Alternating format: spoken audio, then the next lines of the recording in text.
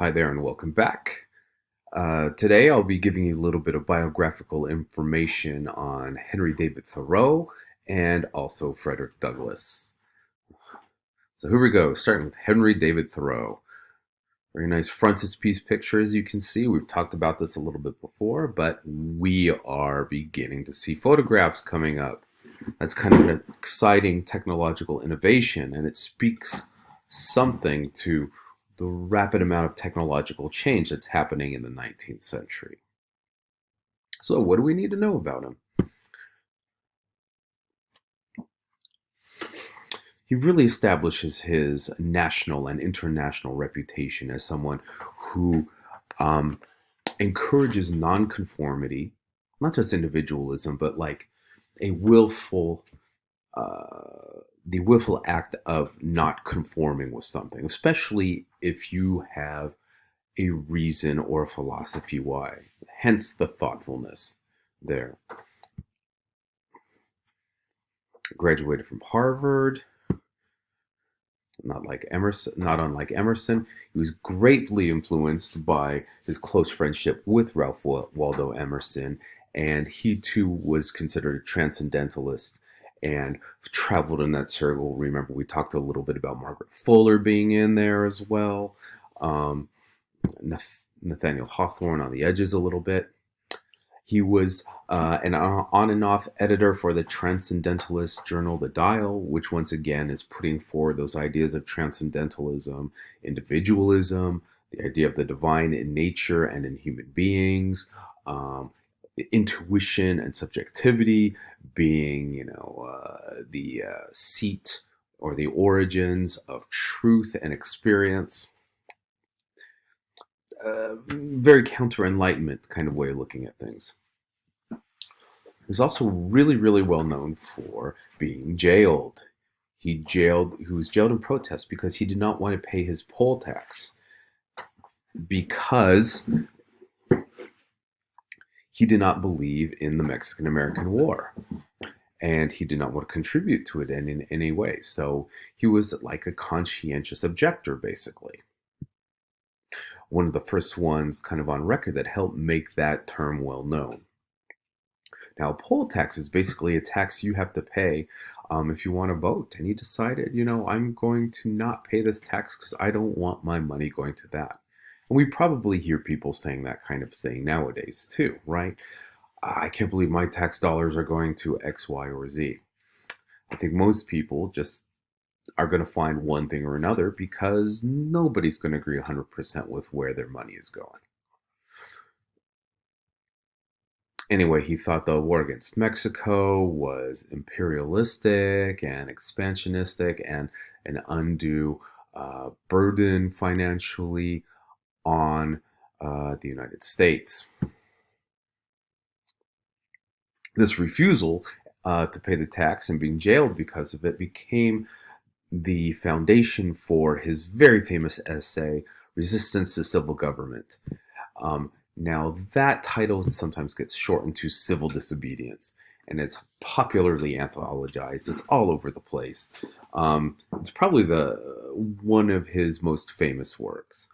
It's not the longest by a long shot, but this whole idea of nonviolent protest and nonviolent resistance became the philosophy that moved forward and reverberated through the work of Mahatma Gandhi and his nonviolent protests for Indian independence from the British Empire, and also Martin Luther King Jr. too. So he had a wide range of influence, not only on political and civil thinking, but on the most effective ways to make change. And this doing it without armed conflict and without war or violence was really, really a new idea. So he gets a lot of credit for changing the course of social and civic reform. Finally, he was best known for Walden. Um, this is a book about how he um, went and lived in a cabin in Massachusetts in the Walden region and stayed there for about 2 years, subsisting on whatever he could grow. I think he grew a lot of beans. And just reading and writing and being in nature. So he's kind of like our first environmentalist in a way, person who really sees nature as being um, the force that human beings need to be most in tune with. And through that, we'll get to a point of meditation and greater understanding of themselves and of the divine and the web of God, if you want to put it all that way. David Thoreau in a nutshell. Next up, we have Frederick Douglass, really important slave author and abolition activist, takes over Equiano's position and becomes the most well-known.